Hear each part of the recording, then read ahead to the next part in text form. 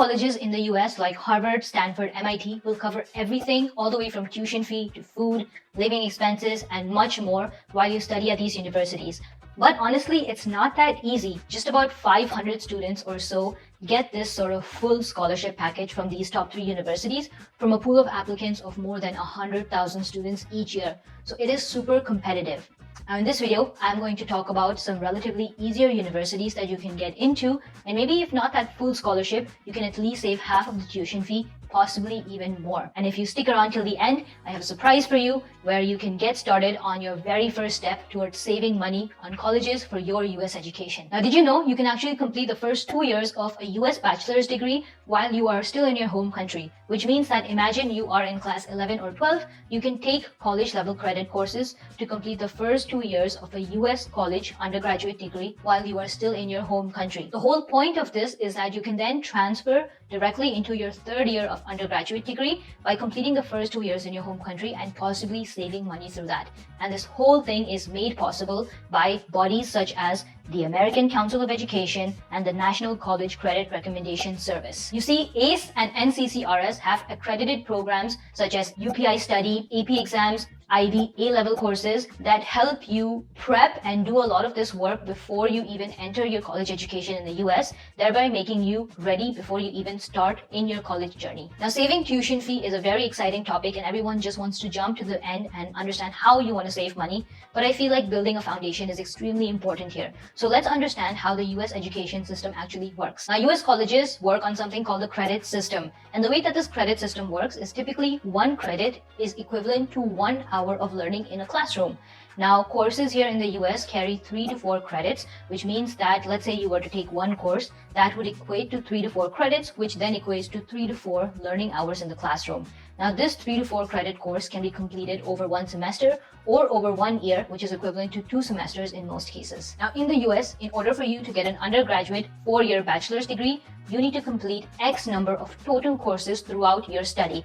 Usually, this is 120 college credit courses. Now, of these 120 credits, let's break these down. The first 60 credits are usually spent on general courses. So this may be foundational English, math, science, basic level stuff. The next 40 to 60 credits are major specific courses. These are courses for you to specialize in the major that you've selected. For example, let's say someone who's majoring in biology may take a major course of human anatomy and so on. Lastly, you have elective courses, and you can kind of think of these as like courses for very, very smart kids. But basically, these are, as the name suggests, elective and optional courses that you can take in order to really specialize in a certain area or a specific field. So how does this entire process of saving tuition work? Now that you've understood how credits work, think of it this way. Those general credit courses that were like 30 to 60 worth of credits, those credits are something that students can acquire beforehand before even entering the university. So that way you're completing the general credits before you enter college, not paying that hefty amount of tuition fee for the college itself. And when you actually start your college, you're focusing on your major specific courses or your electives. And by doing this entire process, you have about 30 to 60 credits under your belt before you even start on your college journey. Some universities such as the Southern New Hampshire University even accepts up to 90 college transfer credits. These are some of the many universities that will give you college credits via UPI Study or AP. So that means that you can complete most of these basic college level courses beforehand and enter the university to work on those major specific specialized courses that you're interested in. And a big question that comes up specifically for international students is that by doing this, are you still eligible for your OPT, which is optional practical training, or your STEM OPT, which allows you to get the work authorization you need in order to start working after you graduate? And the answer is yes. By doing this transfer process, you're not breaking any rules. You still come to the US on that F1 visa. You're just making sure that you're taking some courses beforehand and you are eligible to do OPT and STEM OPT. Now, ACE and NCCRS claims that there are multiple pathways in which you can earn these college credits before you start college. One very popular way to earn these credits is taking the AP exams. But the big downside to AP exams are that they only happen once a year in May. And a lot of times, students miss out on this deadline. They don't have enough time to prepare, and it really clashes with a lot of like other school or other examinations that they have in their home country. And that is where UPI Study comes in handy. So ACE and NCCRS both recognize UPI Study as college credit courses, and you can take these college courses on UPI Study to actually get credits for your college education. UPI Study has a total of 68 different courses that you can choose from, and in order to get 60 credits, you only need to complete 18 to 24 courses. All of these can be completed while you're sitting at home just by a computer and an internet connection in your home country.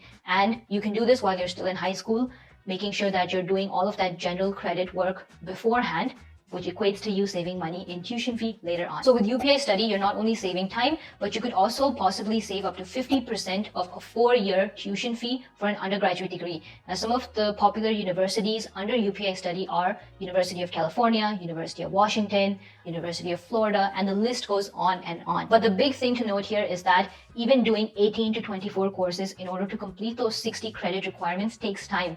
So you need to make sure that you have a few months of time that you can actually take these courses, excel in them, and complete them, and not rush them over just a few weeks or a few days. So to sum it all up, the whole process is extremely straightforward. I've walked it all through with you, and the one thing that I can say is you need to start early. Whether that is taking AP exams, taking UPI Study courses, or simply just prepping for your college abroad journey, it starts right now. Not just when you actually have to fill out the application, but way before that, to make sure that you are spending your money in the most effective way possible for you to get the best education that you are looking for. Now, another thing that isn't talked about as much is that by completing a lot of these general credits beforehand, it opens a lot more time, flexibility, and opportunities for you. By transferring into your 3rd year as a college student, you could possibly double major, so explore different areas of interest, have a major and a minor, because you have all of this time since you've already completed a chunk of your coursework before even stepping into college. Lastly, these college credits that you are working and earning to get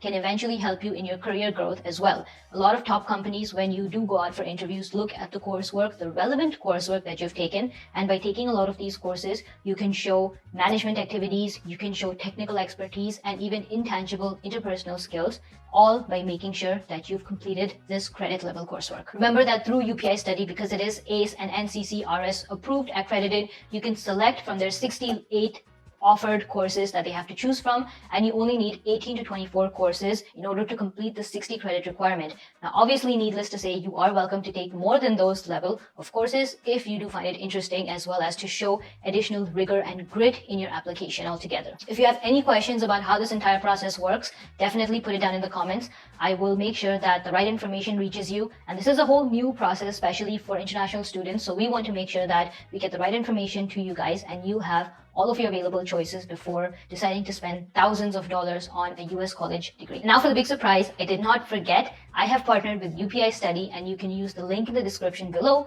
with code CrazyMedusa to get 1 college level credit exam for free with UPI. You can see how this entire process works, and I truly believe that it is a useful resource for students who are looking to save a chunk of their tuition fee when it comes to a bachelor's degree in the US. If you're watching till this point, smash the like button and subscribe to the channel. I will see you guys in the next one. Bye.